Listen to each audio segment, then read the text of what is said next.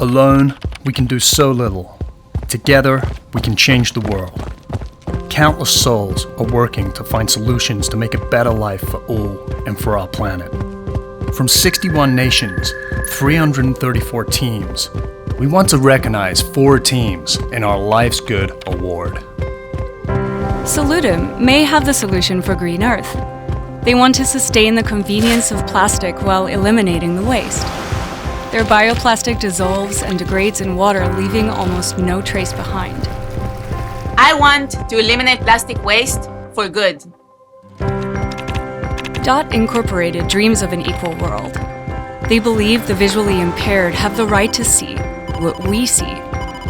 Their portable device, 20 times smaller and 10 times lighter than the legacy devices, gives the visually impaired unprecedented access to visual information, anytime and anywhere. This will allow the visually impaired to reconnect with their families and with society. Day One Lab is a group of people who are obsessed with plastic. They want to completely change our perception of plastic. Their plastic alternative is fabricated from natural materials, and it will return to nature after its life as a product.